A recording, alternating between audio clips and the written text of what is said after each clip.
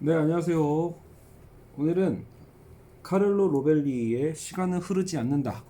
제 1부의 두 번째 시간, 방향의 상실에 대해서 한번 생각해 보도록 하겠습니다. 우리가 이제 지난 시간에 이제 로벨로 카를리 이름이 카를로 로벨리예요. 카를로 로벨리. 예, 죄송합니다. 제가 사실은 잘 몰라요. 그리고 모르는 분이기 때문에 카를로 로벨리의 이제 시간은 흐르지 않는다를 이제 일부만 제가 이제 수업을 한번 해보기로 했잖아요. 물론 이제 제가 이해도가 굉장히 높아지고 더 뭔가 쉽게 설명해 드릴 수 있다라면 뭐 2부, 3부도 생각해 보겠지만 뭐 아시다시피 제가 이것저것 벌려놓은 강의들이 있기 때문에 그런 것들을 또 챙기면서 가야 되니까 일단 한 번에 쭉 다 갈 생각은 아직은 없고요. 일단 일부에 있어서 우리가 지난 시간 처음에 뭘 생각했냐면 우리는 지금 일부만 다루고 있어요. 일부인데 거기에서 유일성, 시간은 유일하지 않다. 1-1에서는 시간의 유일성에 대해서 그 유일함이 상실한 거죠. 시간의 어쨌든 유일성은 일종의 우리의 어떤 착각인 거죠. 인간의 어쨌든 그 부족함 속에서 우리는 유일성을 생각한 거지만 물리학적으로는 이미 현대 물리학에서는 시간의 유일성은 이미 없어졌다. 시간 자체는 사실 무한에 가깝다라는 거예요. 나의 시간과 너의 시간과.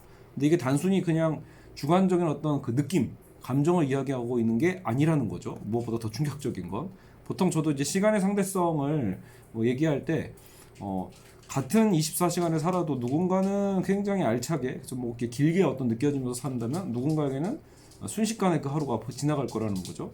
그런 의미에서 하나의 어떤 내 주관적인 감정, 즉 심리의 어떤 문제로서 시간의 상대성을 충분히 생각해 볼 수 있는데 사실 지금 이제 말 그대로 이 책은 물리학자가 쓴 책이잖아요. 그러니까 카를로 로벨리 입장에서 그리고 이거는 뭐 아인슈타인의 사실은 이제 물리학이기도 하고요. 그러니까 아인슈타인이 상대성 이론을 통해서 어떻게 시간이 하나가 아니라 다양한 어떤 시간이 될 수 있는지에 대해서 우리 특히 일부에서 생각해 봤습니다. 그러니까 일부에서 시간은 일단은 하나가 아니라는 거. 개수에 대한 얘기였죠. 우리는 시간이 보통 일괄적이고 뭔가 하나고 절대적이라고 생각을 하는 경우가 있는데 그건 이제 근대의 사실 뉴턴의 어쨌든 시간관이에요. 그러나 우리는 지금 현대를 살아가고 있고 현대 시대에 들어서 우리는 아인슈타인의 상대성 이론에 크게 빚지고 있다. 그래서 근데 뭐 아인슈타인이 그건 만든 이론이냐? 그렇지 않은 거죠. 아인슈타인은 사실 그걸 발견했다라는 게 맞는 표현일 텐데 우리는 그래서 지난 시간에 얘기한 것 중에 이 중력 어떻게 보면은 모든 물체가 물리적인 어떤 물체 자체가 여기 표면에 우리는 지금 지구라는 거대 물체의 그 표면에 사실은 시간이 느리게 흐른다는 거죠. 시간은 느리게. 지구에서 점점점 멀어지면 멀어질수록 시간은 이제 상대적으로 빠르게 흘러간다라는 거예요. 그러니까 시간이 얼마든지 달라질 수 있다라는 거죠. 사실 이게 그 무엇보다 이제 그 일반 상대성 이론에서도 얘기하는 부분이고, 근데 이제 오늘 같은 경우는 자 오늘은 일부에 이제 2잖아요. 사실 그러고 보니까 그 기억이 나네요. 여러분 영화 인터스텔라를 대부분 보셨을 거예요. 대부분은 영화 인터스텔라를 보셨을 텐데 이미 영화 인터스텔라 그 해제라고 할까요? 영화 소개가 워낙 잘 돼 있어서 여러분 물론 그걸 보시면 저보다도 훨씬 더 설명 잘한 분들이 너무 많기 때문에 근데 인터스텔라에서도 그 영화에서 가장 충격적이었던 게 바로 그러니까 그 파도섬이라고 보통 이제 일명 부르기도 하죠. 예. 이제 사실 거의 그게 몇 억 광년 아닌가요? 영화상에서 일종의 저기 순간 이동을 좀 하는 생각 다름없잖아요. 그래서 어 지구에서 어마어마하게 멀리 떨어진 그 공간의 어떤 거대 행성 옆에 근데 그게 엄청난 블랙홀, 거대 블랙홀이 있단 말이에요. 그 블랙홀이 어마어마하게 강한 중력으로 사실 주변에 있는 에너지를 빨아들이고 있고 근데 그 블랙홀 옆에 있는 아마 행성이었던 것 같아요. 요 행성에 이제 잠깐 착륙을 하죠. 잠깐 착륙을 해서 원래는 뭐 30분 정도였나? 그 정도만 소비를 하고 얼른 올라오는 게 계획이었죠. 왜냐면 알고 있었던 거예요. 이 블랙홀이 어때요? 정말 거대 질량을 갖고 있겠죠. 그래서 어마어마한 어떤 크기의 질량으로 이거를 영향을 미치는 거죠. 주변의 모든 행성에 영향을 미치기 때문에 당연히 이 주변부의 시간은 어떻게 흐른다? 매우 느리게 흘려요. 우리가 알고 있는 그 시간보다도 훨씬 느리게 흐른다라는 걸 당시에 이제 영화상에서 그 배역을 맡은 사람들도 알고 있었던 거죠. 그러나 실제 어때요? 미션이 훨씬 더 오래 가죠. 한 3시간인가? 아마 지체가 될 겁니다. 그래서 이제 한 명의 대원을 잃고 결국은 뒤늦게 이제 올라오게 되는데 그때 그게 뭐랄까 이 행성에서의 3시간 체류가 지구에서의 몇 시간과 같다? 23년과 맞먹는 시간이 흘러가게 된다라는 거죠. 그러니까 거기서 우리는 이제 이 영화상에서 가장 큰 충격적인 설정이었던 것 같아요. 그래서 당시에 그 지구에서 출발할 때 아빠와 딸의 그 나이가 보통 여러분 23년 정도, 20년 이상 차이가 나잖아요. 그러니까 그 영상에 딱 23년 차이가 나는데 결국은 딸아이가 아빠의 나이를 따라잡게 되는 그런 놀라운 일이 몇 시간 만에 벌어지게 되죠. 그러니까 그때 그 원리가 뭐다? 사실은 이제 이 중력에 대한 차이라는 거죠. 그래서 이 지표면 주변부에서 엄청나게 시간이 느리게 간다라는 그 이론, 오늘 그 일부의 1에서 봤던 그 이론이 여기서도 적용됐다. 인터스텔라에서도 적용되고 있음을 우리는 확인할 수 있습니다. 됐죠? 자, 그리고 이제 오늘은 1-2 방향의 상실입니다. 1-2 방향의 상실. 그래서 잠깐만, 제 마우스가 이게 더 제가 이미 최소치군요. 자, 이거 넘겨볼게요. 그러면 자, 그럼 방향의 상실은 뭐냐? 자, 영원한 흐름은 어디서 시작되는가? 그러니까 즉 우리가 처음 1-1에서 결국은 우리는 시간이 유일한가? 그 유일성에 대해서 이게 무너졌다면 오늘 두 번째 1-2에서 살펴볼 건 뭐냐면 시간이라는 게 원래 어디서 흘러요? 우리 다 상식적으로 과거에서 현재로, 현재에서 우리는 미래로 흘러가는 거죠. 그러니까 이 일방향, 이게 핵심인데 일방향으로 흘러간다. 요거에 대해서는 어떻게 생각하냐라는 거죠.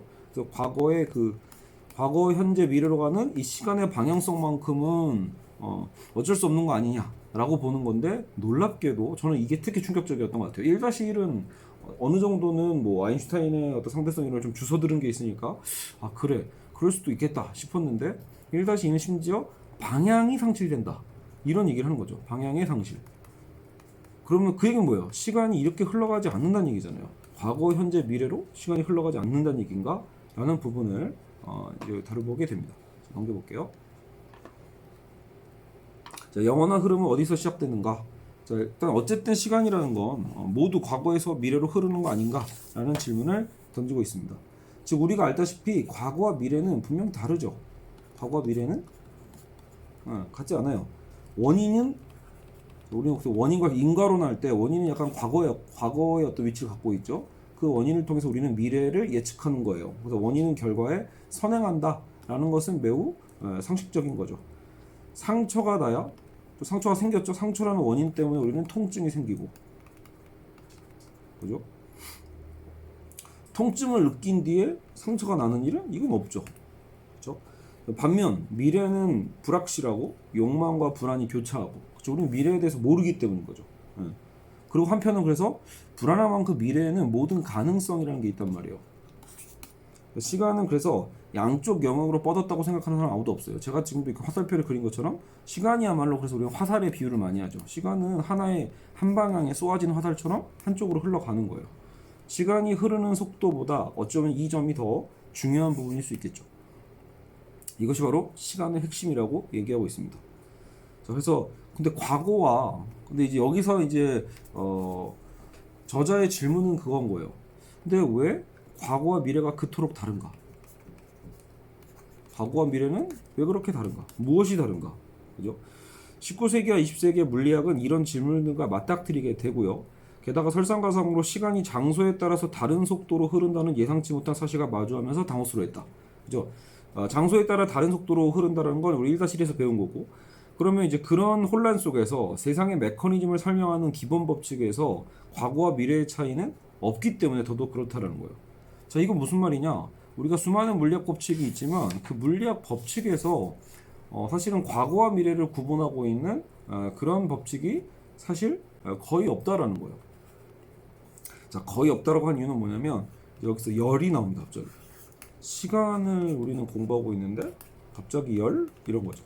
열이란 건 뭐죠? 우리가 흔히 말하는 에너지겠죠.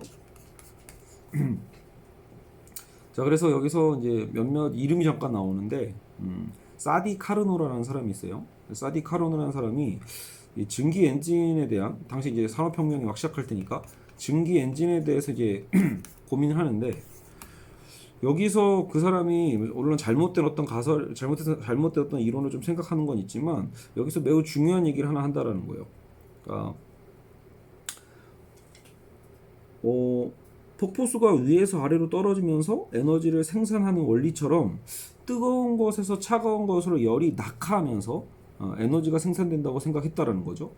근데 특히 여기서 중요했던 말은 그러면 열이 고온에서 저온으로 이동한다. 고온에서 저온으로 이동하기 때문에 증기기계가 작동한다는 그 생각은 매우 중요하다라는 거예요. 자, 그래서 요 아이디어죠. 자, 고온에서 저온으로 이동한다라는 요 개념만 일단 체크해 두세요. 그랬을 때 루돌프 클라우지우스라는 이제 학자가 요 아이디어를 어떻게 보면 차용을 해서 요 말을 살짝 바꿉니다.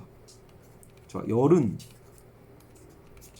차가운 물체에서, 사실 말만 바꾼 거예요. 차가운 물체에서 뜨거운 물체로 갈 수 있다, 없다? 없다. 이 얘기를 한 거죠.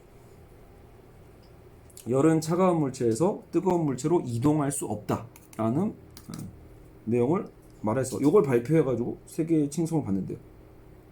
자, 여기서 중요한 건 지금 이 책에 저자가 하고 싶은 말은 이 열의 특징과 낙하하는 물체와의 차이점을 얘기하면서 그러니까 뭐랄까, 과거와 미래를 구분하는 어떻게 보면 유일한 물리학의 법칙이 여기서 탄생한다라고 본 거예요. 과거와 미래를 구분할 수 있는 거. 아니, 열이 이렇게 뭐 차가운 물체에서 뜨거운 물체로 갈 수 없다. 혹은 반대로 말하면 열은 뜨거운 것에서 차가운 것으로만 이동한다는 거잖아요. 요게 왜 시간이냐라고 했을 때 조금만 생각해보면 알죠. 이동했다잖아요. 그러니까 결국은 뜨거운 물체에서 차가운 물체로 이동했다라는 것 자체가 선과 후를 얘기하고 있기 때문에 여기에 이미 시간에 대한 개념이 들어가 있는 거예요. 그렇죠? 그리고 우리가 왜냐면 공을 만약에 땅에다가 낙하시키면 공이라는 거는 땅을 튀었다가 다시 그래도 반작용으로 올라오기도 하잖아요. 그렇죠? 근데 열은 그렇지 않다라는 거예요. 원래 자리로 돌아갈 수 없다. 열의 특성상 열은 공이 딱 튕겨가지고 작용 반작용처럼 튕겨 나가는 이런 방식이 아니라는 거예요. 열은 무조건 한 방향만을 얘기하기 때문에 더더욱이 이 법칙이 의미가 있다라는 거죠. 그래서 과거를 미래와 구분하는 일반 법칙은 결국은 이 루돌프 클라우지우스 교수가 발표한 이 법칙뿐이다라고 얘기를 하고 있어요. 그러니까 다시 얘기하면 우리가 이미 알았던 그 물리학의 거장들, 뉴턴이나 맥스웰의 전자기 방정식이나 심지어 아인슈타인의 상대론적 중력의 법칙이나 하이젠베르크와 슈레딩거나 뭐 디렉의 양자역학 법칙, 그 어떤 방정식도, 그러니까 그들이 다 방정식을 통해서 논문을 내잖아요, 물리학자들이. 그 어떤 방정식에도요 과거와 미래를 구분하는 그런 방식이 없다라는 거예요. 그래서 시간의 화살표는 열이 있을 때만 나타난다라는 굉장히 이제 어찌 생각하면 특이한 시간이 등장한다? 그러면 이제 우리는 항상 열을 떠올리셔야 된다라는 거예요. 그래서 시간과 열은 매우 관계가 깊다. 만일 거꾸로 진행한다면 터무니없어지는 그 모든 현상에는 열과 관련된 무언가가 있다라는 거예요. 그러니까 거꾸로 뭔가 되돌릴 수 없어? 라고 하는 건 다시 말하면 열과 뭔가 관련 있는 일이다. 만약에 여러분 우리가 영상을 보는데 공이 굴러가고 있는 영상이 있어요. 공이 떼굴떼굴 굴러가고 있어요. 이게 처음 시작자는 점과 끝나는 점을 아직 모르는 상태에서 그냥 흘러가는 공이야. 움직이는 공을 우리가 영상으로 보고 있다라면 우리는 뭘 확신할 수 없다? 이게 지금 정속으로 돌리고 있는 건지 역방향으로 돌리고 있는지, 정방향인지 역방향인지 알 수 없다라는 거죠. 이 영상만 보고는요. 왜냐면 영상 우리 거꾸로 돌릴 수 있잖아요. 이거 영상으로 거꾸로 돌린 걸 수도 있고 그냥 틀어낸 건지 어떻게 아냐라는 거예요. 우리가 공의 이동 속도가 느려지거나 멈출 때는 근데 확신할 수 있죠. 공이 막 가다가 갑자기 쓱 멈춰. 그죠? 멈추는 그 영상에서는 속도가 느려지거나 멈추는 건 결국 왜 멈춘 거죠? 우리는 배웠죠. 마찰력에 의해서 멈추는 거잖아요. 그러니까 멈추면은 요거는 정방향으로 돌린 거다라는 확신이 있게 돼요. 물론 아니다 이것도 거꾸로 돌린 거 아니냐고 생각하실 수 있겠지만 이런 물리학의 법칙상 거꾸로 지가 스스로 움직이는 적은 없죠. 결국은 뭐 바람이 불거나 아니면 뭐 손으로 건드렸거나 어떤 강력한 힘이 있어야 돼요. 그 힘이 있을 때 움직이는 거기 때문에 공이 가다가 멈추는 영상이 있다라고 하는 건 마찰력에 의해서 멈춘 거니까 이건 정방향이구나라는 걸 알 수 있어요. 중요한 건 그럼 여기서도 선과 후가 있는 거잖아요. 공이 여기서 와서 여기 와서 멈췄네. 선과 후의 시간 개념이 생겼죠. 그럼 거기에 항상 뭐가 따라온다? 열이 따라오는 거예요. 어디서? 마찰력에서. 마찰력에서 열이 발생하니까 그 열에 의해서 결국은 속도가 줄어들고 멈추는 거죠.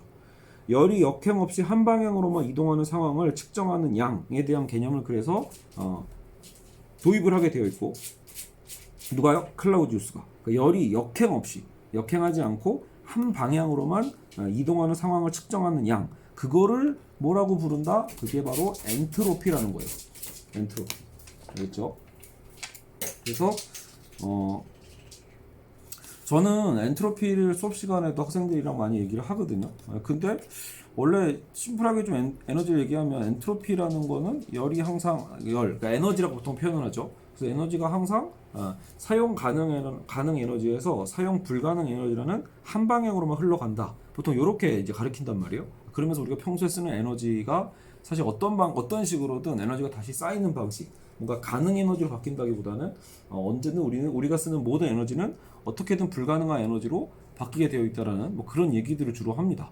근데 지금 이 책에서는 엔트로피에 대한 법칙은 분명히 같은 법칙이야. 근데 우리는 거기에 대한 좀 더 핵심적인 얘기를 다루게 되어 있고, 그래서 저도 사실은 아직은 머릿속에 제가 기존에 알고 있던 엔트로피와 지금 여기서 배우고 있는 엔트로피를 어떻게 이제 연결해서 생각해야 되는지 아직은 머리가 뭔가 명쾌하게 뚫려 있진 않아요.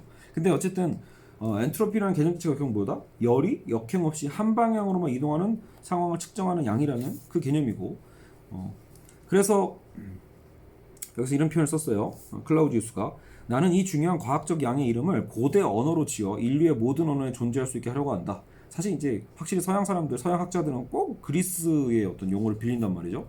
무게감 있어 보이려고 하는 거예요. 어쨌든 엔트로피다. 그래서 이게 변형을 뜻한대요. 그리스어로는 원래 변형을 의미한다. 그래서 엔트로피. 그래서 엔트로피의 특징은 뭐냐? 엔트로피는 측정 및 계산이 가능한 양으로 문자 S로 표현할 수 있대요. 문자 S. 측정 가능한 양. 근데 이것은 증가하거나 균일한 상태를 유지하긴 하지만, 그러니까 엔트로피는 결국 뭐예요? 증가할 수 있다는 얘기죠. 근데 유지도 할 수 있고요. 유지하거나 증가는 가능하다. 그러니까 S의 그러면 우리 변화량을 우리 생각해 볼 수 있죠. S의 변화량은 그러니까 0보다 크거나 같다. 요게 이 책에서 나오는 유일한 공식이에요. 그러니까 엔트로피라는 것은 증가하거나 혹은 같다만 가능하지 뭐는 안 돼요. 이게 포인트죠. 절대 감소하진 않는다라는 거예요. 요 포인트. 그러니까 감소가 안 된다는 건 역방향으로 흐를 수 없다는 얘기거든요. 열이. 그래서 열은 항상 어쨌든 이 엔트로피라는 것은 항상 증가한다. 혹은 뭐 유지는 가능하지만. 자, 그래서 읽을 땐 델타 S는 0과 같거나 그 이상이다라고 얘기를 하고, 이게 바로 엔트로피 법칙이라는 거죠. 열역학 제2법칙이라고 불리는 겁니다. 그래서 우리는 이 열역학 제2법칙에 의해서 우리는 시간에 대한 유일한 법칙을 우리는 확인할 수 있다는 거예요. 열은 뜨거운 쪽에서 차가운 물체 쪽으로만 이동하고 그 반대로는 이동하지 않는다라는 거죠.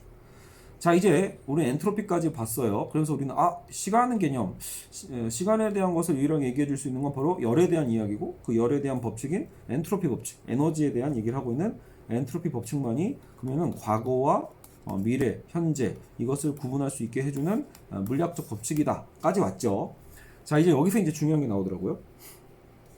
좋아, 그러면 과거와 미래를 이렇게 구분할 수 있는 거 엔트로피 법칙 때문에 알 수 있어. 여기까지 인정. 여기서 우리는 루드비히 볼츠만에 대해서 살펴보게 됩니다.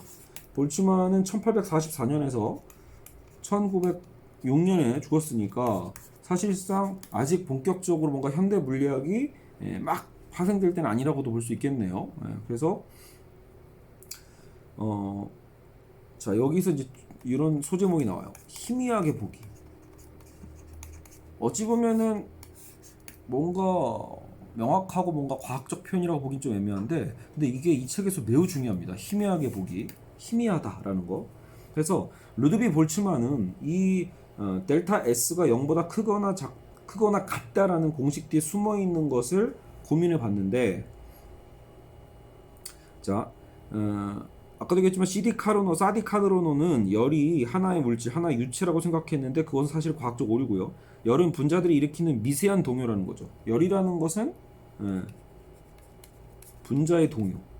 자, 이런 것도 들어봤죠. 열이라는 건 우리가 아마 옛날 과학 시간에도 본 것처럼 뭐 차가운 물과 뭐 뜨거운 물의 어쨌든 그 모형을 보면서 그 안에 있는 분자 운동이 차가운 물은 되게 안정적이고 일정하다면 뭐 뜨거운 것은 굉장히 활발하게 역동적으로 안에 막 분자들이 움직이는 거, 그런 그림이 떠오르더라고요. 그러니까 열은 분자들이 일으키는 미세한 동요라는 거죠. 예. 뜨거운 차는 분자들이 매우 심하게 동요하는 상태고, 반면 차가운 차는 분자들의 동요가 적은 상태를 이야기하는 거죠. 만약에 얼음 조각이 지금 녹고 있다. 얼음은 굉장히 차가운 거잖아요. 어떻게 보면 되게 안정화되어 있던 상태에서 얼음이 녹는다는 얘기는, 얼음이 녹는다. 건 분명히 어떤 열과 부딪힌 거예요. 여기 주변에 있는 열에 의해서 빼앗기는 거죠. 물 분자들은 그래서 점점 동요하면서 분자 간의 연결을 잃어가는 현상이라고 볼 수 있겠죠. 자, 그래서 19세기 말까지도, 그래서 여기 19세기 말 1800년대 말까지만 해도 분자와 원자가 실제로 존재한다는 걸 대부분이 믿지 않은 시점이라는 거예요. 거기에서 볼츠만은 남들이 그것을 보지 못할 때 볼츠만은 그것을 생각하는 거죠. 어떤 물을, 고요한 어떤 물컵 속에 그 물을 보면서도 볼츠만의 눈에는 이게 원자와 분자가 어떻게 움직이고 있는가, 어떻게 동요하고 있는가를 보는 거예요. 이게 이제 과학자의 눈일 수 있겠죠. 코페르니쿠스가 지는 해가 움직이고 있잖아요. 이 움직이는 해를 보면서 정작 뭐를 생각하는 거죠? 지구가 돌고 있는 거 아닐까를 생각하는 것처럼 불츠만의 눈에서는 실제로 물이 아무리 가만히 고요하게 있다고 해도 물 자체가, 물 안에 있는 분자가 움직이는 거 아닌가, 이것을 포착하는 거죠. 그러니까 우리는 이제 물리학적으로 보이지 않는 것에 대해서 얘기를 하고 있는 셈인데, 여러분 어떻게 보면 우리가 이것도 거시적으로 보면 어때요? 자, 우주인이 지구를 볼 때, 우주인이 우주 바깥에서, 우주에서 지구를 봐요. 지구 바깥에서. 그럼 지구는 어떻게 보이죠? 우리가 알고 있는 그 아름다운 지구죠. 동그랗고 아름답고 푸른 지구. 그리고 굉장히 혹은 고요할 수도 있겠죠. 사실 이 말 자체들이 다 어찌 보면 뭐예요? 밖에서 볼 때 보는 하나의 어떤 요쪽의 관점일 뿐이잖아요. 하나의 관점. 하지만 여러분 지구 안으로 들어가 보세요. 우주에서 볼 때는 지구는 매우 고요하고 그냥 아름다운 별이지만 지구 안으로 들어오면은 어딘가는 내전이 일어나 있고 어디는 자연이 막 파괴되고 있고 불타고 있고, 이것처럼 엄청난 에너지가 막 움직이고 있는 복잡한 어쨌든 곳이란 말이에요. 그러니까 그게 여기서 보면 아나요? 그러니까 우리의 계속 하는 얘기 그건 거예요. 우리의 기본적인 편견을 좀 버려야 된다는 거. 그러니까 우리 눈에는 지금 물컵에 있는 물자는 마냥 고요할 뿐이에요. 하지만 알 수 없는 거라는 거죠. 그러니까 우리 눈만으로는, 우리의 어떤 시지각만을 알 수 있는 게 아니라 결국은 더 깊이 들어가 보면은 투명한 컵에 담긴 물 속에도 무수한 분자들이 요란하게 움직이고 있다. 마치 지구 안에서도 요란하게 움직이는 수많은 에너지들이 있는 것처럼요. 자, 그래서 분자들의 요동은 확장되면서 서로 충돌하고 밀어낸다. 차가운 물체가 뜨거운 물체와 접촉하면은 그래서 가열되는 거죠. 서로 충돌하면서 움직여지니까요. 자, 그래서 열 요동은, 자, 여기서 이제 중요해요. 이걸 제가 설명을 잘해야 되는데, 자, 열이 요동친다라고 하는 거잖아요. 열이 요동치는데, 자, 카드 한 묶음이 계속 섞이는 것 같다. 카드 한 묶음이 섞인다. 카드 한 묶음이 섞이는 것 같다. 예를 들어 순서대로 정리되어 있는 카드들을 뒤섞으면 어떻게 돼요? 무질서해지죠. 여러분이 만약에 카드 번호가 예를 들어 1부터 뭐 64까지 이렇게 순서가 정해져 있다고 생각해 보세요. 그럴 때 우리가 번호 순대로 막 정리를 쫙 했어. 그죠? 번호 순대로 정리되어 있다. 한 가지 먼저 얘기를 하죠. 번호 순대로 정리되어 있으면 우리는 그것은 뭔가 질서 잡혀 있다라고 표현할 수 있겠죠. 그래서 그것을 우리는 카드를 잘 섞었어요. 막 제가 원카드 하듯이 카드 게임 하려고 막 섞으면 1부터 64의 순서는 어때요? 마구 뒤엉키게 되겠죠. 그러니까 우리는 질서에서 부질서로 변하네, 이렇게 생각을 하게 되죠. 자, 여기서 또 다른 사례가 이런 거예요. 자, 카드를 묶을 때 우리가 실제로 원카드 칠 때는 4가지가 있잖아요. 스페이드나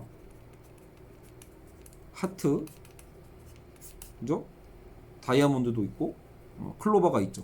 네 가지 모양으로 자, 일단은 다 정리를 했어. 정돈을 하고 따로따로 모았어요. 스페이드 모으고 하트 모으고 클로버 모으고 이렇게 모았어요. 그거 모은 걸 그대로 다 얹혀. 그죠? 이렇게 얹으면 역시 카드 한 묶음이 나오죠. 네 가지로 등분이 됐겠죠. 모양별이죠, 이거는요. 번호 순이 아니라 이제는 모양별이에요. 자, 모양별로 이렇게 A, B, C, D로 뭉쳐놨는데 이거 카드 좀만 섞어보세요. 어떻게 되겠어요? 엉망진창이 되겠죠. 다 섞이겠죠. 실제로 게임을 하려면 섞어야만 하지만 이러면 이제 A, B, C, D가 다 혼합되어 있을 거란 말이에요. 어때요? 질서가 무질서해지죠. 이해 가셨나요? 그러니까 이거 굉장히 어찌 보면 상식적인 건데 결국은 엔트로피 법칙이 그동안 했던 게 이런 말이기도 해요. 열이라는 게 어찌 보면은 뜨거운 쪽에서 차가운 쪽으로 이동할 뿐 그 반대로는 이동하지 않는 거죠. 그러니까 여러분 만약에 카드 섞었을 때 자 ABCD가 막 뒤섞여 있어. 이거 아무 생각 없이 막 섞으면 이게 ABCD 순서대로 이렇게 가는 거 봤어요? 안 되거든요. 마구 맥날 섞어도 이게 1에서 64로 이제 배정될 가능성이 없다라고 보는 거예요. 그러니까 한쪽으로 움직이는 자연은 결국은 무질서가 증가한다는 표현이 여기서 나오는 거죠. 자연의 무질서는 항상 증가한다. 이게 엔트로피 법칙인 거죠. 자연은 질서에서 무질서로만 이동하지 무질서에서 질서로 이동하지 않는다. 이게 엔트로피 법칙이죠. 이렇게 하는 것까지는 좋아요. 엔트로피 법칙을 아는 사람이라면 이건 다 이해해. 그렇죠? 근데 불추만 여기서 고민한 건 뭐냐면 자 그럼 우리는 이렇게 과거와 미래의 차이라는 거죠. 과거에는 그래 질서가 잡혀 있었던 상태에서 미래로 가면 갈수록 뭔가 무질서해져. 요거 알겠어. 자연스럽게 무질서해져서 특수하거나 특별한 상황이 점점 사라지는 거. 그러니까 이런 게 특별한 거죠. A끼리 뭉쳐 있고 B끼리 뭉쳐 있고 C끼리 뭉쳐 있고 D끼리 뭉쳐 있는 거. 요런 특별함에서 이 특별함이 점점점 무질서로 사라져 버리는 거. 알겠죠? 그래서 과거와 미래의 차이라는 건 어떻게 보면 기본적 운동 법칙이나 심오한 자연의 문법에 있는 게 아니라 자연스럽게 무질서해져서 특수하거나 특별한 상황이 점점 사라지는 것. 그게 과거와 미래의 차이다. 일단 요 얘기를 하는 거예요. 그럼 과거와 미래의 차이는 어떻게 보면 이제 자연스럽게 무질서해지면서 기존에 특수했던 것이 어떤 기존에 특별했던 상황이 점점 사라지는 거 그게 결국은 미래다. 이렇게 시간에 대한 이제 개념을 꿰뚫어 본 거죠. 자, 그랬을 때 여기서 이제 우리는 의문이 생긴다라는 거예요. 좋아. 그럼 과거와 미래가 이런 식으로 구분되는 거라는 것을 우리가 알았다 치면 한편으로는 왜 여기서 왜가 중요해요. 왜 과거라고 부르는 한쪽에서만 사물이 정리되어 있는가라는 거예요. 그쵸? 이거 생각해보면 그렇긴 해요. 왜 과거는 정리되어 있고 그리고 왜 미래로 갈수록 이 정리가 흐트러지는가? 자, 흐트러지는 것까지는 알겠어. 열이 한 방향으로만 가는 거니까 질서가 무질서로 가는 건 알겠는데 왜 놀랍게도 과거로 가면 갈수록 질서가 있지? 왜 과거로 가면 갈수록 특별한 거지? 여기에 대한 의문인 거죠. 우주라는 거대한 카드 뭉치가 우주도 거대한 카드 뭉칠 거 아니에요. 근데 왜 과거에는 정리되어 있었을까? 그죠? 그러니까 왜 과거에는 엔트로피가 낮았냐라고 물을 수도 있겠죠. 뒤바꿔서 얘기하면 왜 엔트로피는 과거에 낮은 상태였을까? 엔트로피가 대체 낮은 상태에서 시작하는 그 이유가 무엇일까? 라는 거죠. 사실 여기서 이제 이런 상상이 좀 들더라고요. 그러니까 그러게 어떻게 보면 우리가 빅뱅이라는 빅뱅 이론에서도 하나의 왜 점에서 이제 이게 폭발을 하면서 커지잖아요. 그죠? 그러니까 왜 처음에는 그 점이었을까? 이런 고민과도 같은 거예요. 왜 처음에는 이렇게 질서 잡혀 있었을까? 만약에 이제 저는 이제 기독교인이니까 한편으로는 그래 이거 어찌 보면 신이 처음 창조할 때 세계는 질서 잡히게 창조하시지 않았을까? 그러니까 질서 잡히게 창조된 게 이거 제 상상입니다. 이건 책이 아니에요. 질서 있게 창조된 게 결국은 뭐예요? 인간을 비롯한 이 세계의 피조물들이 살아가면서 사실상 이제 이게 점점점 무질서해지는 거죠. 무질서량이 그래서 점점점 많아지면 언젠가는 기독교는 왜 종말론이 있잖아요. 그래, 그럼 기독교의 종말은 사실 인간의 어떤 죄성에 대한 이야기를 하지만 물리학적으로 봤을 때는 엔트로피가 결국은 계속해서 치솟게 돼가지고 더 이상 사용 가능 에너지가 사라지는 그 지점 그거와 맞물리는 거 아닐까? 약간 이런 상상도 해보게 됩니다. 네, 이건 제 상상이고요. 그런데 지금 이제 이 책으로 다시 돌아가 보시면 엔트로피가 증가하는 이유가 분자들이 요동치면서 전체적으로 무질서해지기 때문이라는 것은 분명하게 알 수 있는데 왜 엔트로피가 낮은 상태에서 시작하는 건가? 자, 여기까지 따라오셨죠? 거기에 대한 질문인 거예요. 자, 이제 핵심적인 내용을 다룰 때가 됐다. 한 묶음의 카드 중 윗부분의 26장은 모두 붉은색이고 이런 이제 전제를 깔아보는 거예요. 자, 카드를 다시 한 묶음을 묶었어요. 그랬을 때 윗묶음 붉은색 위에는 붉은색 26장, 밑에는 검은색 26장이에요. 이렇게 했다고 칩시다. 26장과 26장을 이렇게 구분을 해놨어요. 우리는 이 카드들의 묶음이 자, 특별하다라고 보통 얘기를 한단 말이에요. 그래, 붉은색만 모여있고 검은색만 모여있으니까 특별한 배치를 갖고 있어. 혹은 그렇기 때문에 이거는 질서 잡혀 있어라고 생각을 하는 거죠. 그래서 얘를 막 카드를 막 뒤섞으면은 이제 마구 무질서해진 상태로 질서가 사라지는 거고요. 알겠죠? 자, 근데 여기서 의외로 역발상이 뭐냐면, 야, 근데 그런 특별하다는 것 자체도 우리의 관점의 문제 아닐까? 라는 얘기를 하는 거예요. 그러니까 잘 생각해 보면 어떤 구성이든 지금은 색이라는 기준을 잡아서 붉은색, 검은색이라는 기준으로 잡았기 때문에 그게 특별한 건데, 여러분 꼭 그게 아니어도 자 막 뒤섞었어요. 카드를 막 섞어가지고 굉장히 무질서해진 것처럼 보이지만 그거는 이 붉은색과 검은색을 기준으로 볼 때만 무질서해진 거죠. 만약에 우리가 어떤 방식으로든 더 디테일하고 섬세하게 들어가 보면 분명히 어떤 구성이든 특별하게 찾을 수 있는 부분이 있을 거라는 거예요. 예. 그러니까 색깔별로는 그랬지만 나중에 막 뒤섞어 봤더니 나름대로 어떤 수의 배열의 어떤 방식대로 이렇게 묶을 수도 있는 야 A와 B로 다시 묶을 수 있는 질서가 생길 수도 있다라는 거죠. 얼마든지. 그러니까 기준에 따라서 그러니까 색에 따라 나눌 수도 있지만 모양에 따라서도 나눌 수 있었죠. 그리고 아까 수의 배열에 따라서 나눌 수도 있는 거고요. 그렇죠? 여러 가지 어떤 방식으로 우리는 그 특별함을 나눌 수도 있게 돼요. 그러니까 그게 보기 나름이라는 거예요. 그래서 잘 생각해 보면 어떤 구성이든 특별하기는 하다. 어떤 구성이든 상세한 부분까지 모두 관찰해 보면 독자적 방식으로 특성을 부여할 수 있다는 거예요. 즉 얼마든지 우리가 보는 관점에 따라서 모두 특별한 배치다라고 볼 수 있는 거죠. 자, 그러니까 이건 사실 우리의 일종의 또 편견이었던 셈이기도 한 거예요. 어떤 구성이 다른 구성에 비해 좀 더 특별하다라는 개념은 카드들의 어떤 측면만 봤을 때 색상만 보거나 숫자만 보거나 아까처럼 뭐 다이아만 보거나 이런 식으로 그런 것만 봤을 때 의미가 있는 거다. 모든 카드를 다 우리가 섬세하게 구별할 수 있게 된다면 구성은 전부 동등해질 수 있다는 거예요. 어느 게 더 특별하거나 어느 것은 덜 특별하지 않은 상태로 바뀌게 되는 거죠. 결국은 우리가 특별하다 자, 특별하다, 특수하다라는 개념은 결국은 언제만 나오는 개념이냐면 우리가 물리학의 어떤 물리적 상태를요 여기서 희미하게라는 개념이 나온 거예요. 희미하게 볼 때만 가능한 구성이라는 거죠. 우리가 어떤 물체를 희미하게 바라본다는 얘기는 말 그대로 붉은색과 검은색으로 구분하게끔 희미하게 바라본 거예요. 사실 그 붉은색 안에서도 보면 요 카드 안에도 또 다른 질서가 있을 수 있거든요. 검은색 안에도 분명 또 다른 질서가 보일 수 있어요. 막 다시 카드를 뒤섞었다. 자, 붉은색, 검은색은 완전 뒤섞였겠지만 그 안에 분명히 또 디테일하게 보면은 또 새로운 특별함을 찾을 수 있게 되는 거예요. 그렇기 때문에 일반적으로 우리가 생각하는 보통 우리가 일반적으로 생각하는 그 질서라는 건 당연히 우리가 무언가를 조금 더 뭉뚝하게 희미하다 혹은 저는 뭉뚝하다라고 표현해도 될 것 같아요. 예, 그래서 뭉쳐서 생각하고 희미하게 바라볼 때 생기는 특별함이다라는 거죠. 그러니까 특수성의 개념은 세상을 대략적으로 바라볼 때만 생겨난다라고 보는 거예요. 자, 그러면 자 여기까지 왔죠. 그럼 여기까지 이해 가셨을 거예요. 그럼 불추만은 엔트로피가 존재하는 이유는 결국 뭐예요? 결국 이게 굉장히 중요하죠. 엔트로피가 존재하고 엔트로피가 항상 증가하는 이유는 결국 뭐다? 결국은 우리에게 달린 거예요. 인간이 세상의 문제가 아니라 인간이 세상을 희미하게 보니까 생기는 거라는 거예요. 자, 그래서 열과 엔트로피, 과거의 낮은 엔트로피 등은 자연을 대략 통계적으로 설명하는 개념이 되는 거죠. 오히려 과거와 미래의 차이는 이 희미함과 깊게 연결되어 있다. 자, 우리는 과거와 미래를 지금 엔트로피로 유일하게 구분할 수 있다라고 얘기했는데 지금 정작 불추만에 의해서 근데 과거와 미래의 이 구분이라는 게 그렇게 명확하지 않다라는 게 나온 거예요. 이건 인간의 관점에 의해서 우리가 이 세상에 희미하게 보는 게 아니라 인간이 이 세상을 되게 정확하게 보고 미시적인 상태에 대해 모든 상세한 내용을 다 고려할 수 있다면 시간의 흐름에 관한 특징적인 부분들이 사라지지 않을까라는 거죠. 그래서 실제로 저자는 그렇다라고 얘기하고 있어요.